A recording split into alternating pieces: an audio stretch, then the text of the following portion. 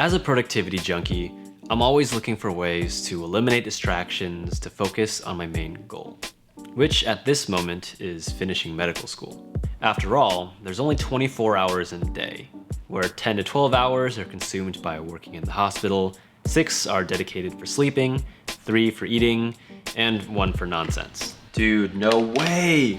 Hey Mike, have you ever seen a goldfish under a microscope? This leaves very little time to study, and prioritizing how I spend my time becomes more important.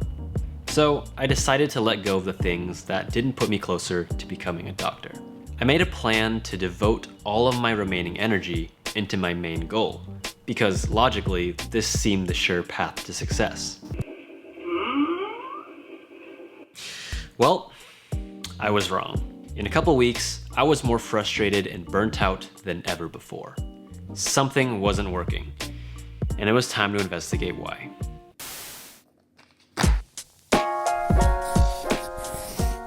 One afternoon, during my hour of nonsense, I decided to revisit one of my favorite childhood games, Zelda Majora's Mask.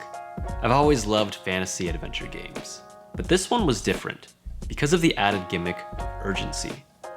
The premise of the game is that you have 3 days to save the world, or else an evil moon would crash into the earth, causing the apocalypse. Pretty grim, I know. Although right before 3 days are up, you can play a song on the ocarina and magically teleport back in time and start over. While I never thought about it during my younger years, it suddenly dawned on me. Holy crap. Majora's Mask geniusly conveys the importance of prioritization as it relates to productivity.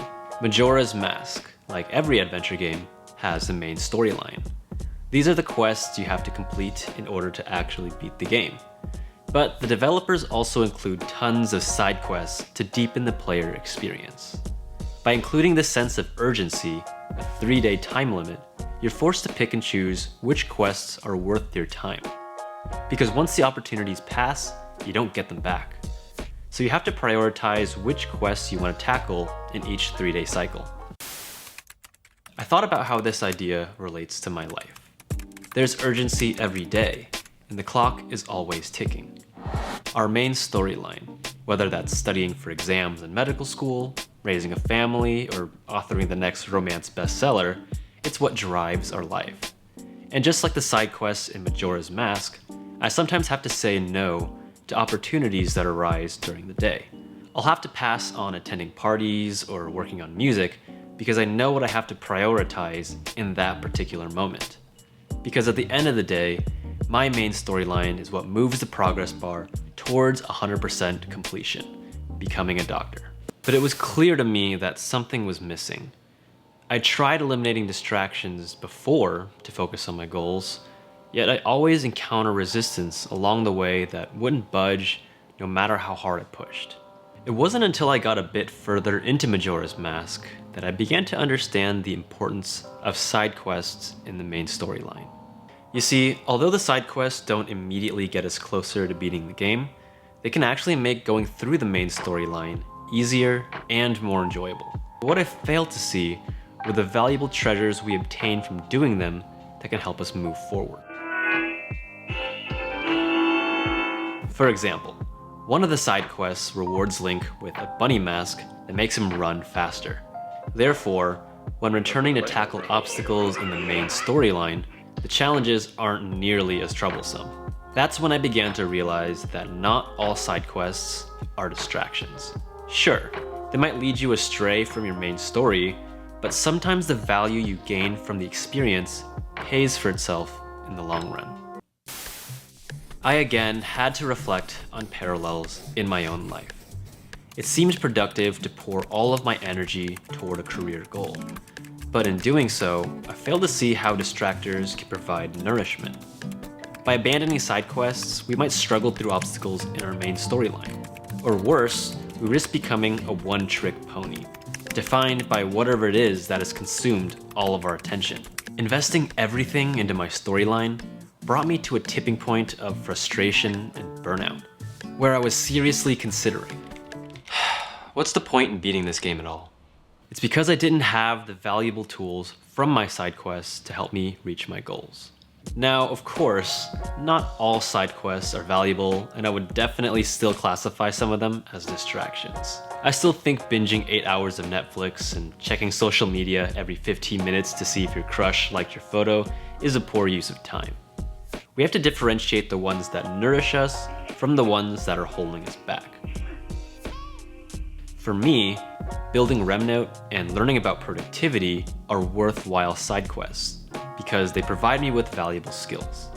Skills like learning how to work on a team and how to create sustainable, healthy habits.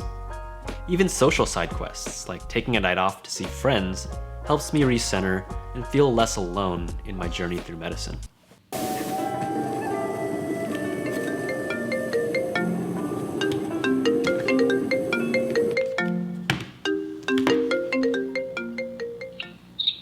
Hello? Hey, what's up, bro? Hey, what's up, man? What are you up to right now? Oh, just studying.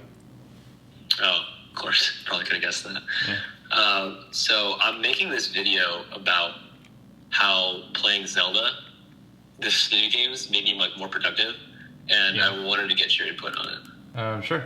What's up? Yeah. So what's a side quest or hobby that you do that kind of distracts you from working as a doctor or studying like you are, but in the end actually makes you more productive? Starting a YouTube channel. That definitely made us better at communicating. Like, I feel like I can relate better to my patients now. I'm better at explaining complex concepts and stuff like that. I'm sure. That's pretty good. That's pretty good, actually. Anything else come to mind? Writing our blog and writing a newsletter, it made us better at learning and researching and trying to figure out like what information is valuable or what information is credible and what's not. Oh, that's true. Yeah, I guess all these different ways to synthesize information and then redistribute it so that everyone can understand. Yeah. Yeah, cool. All right, actually that helps a lot. I was kind of on the same path that I was going for, but Nice. no, it's nice to have some reinforcement there. I'll let you go though, since I don't want to waste too much of your time, since I have to study too. So I'll let you get back to it. Okay, sounds good. Word. I'll see you later. So the trick is to find a healthy balance to tend to your interests while still prioritizing your main storyline. Because when we nourish our lives with side quests, the value we gain will inevitably spill over into the other more important aspects of our lives. You just might not see it right away. You might never see it at all. But when you eventually reach uncharted territory on your journey, you'll be really happy you took that detour earlier to buy a map. Hey, it's Mike. Got two things. First of all, help us out by hitting the like button. And second of all, if you enjoyed watching us learn from video games, then you'll definitely enjoy watching us learn from anime. Check out that video right here.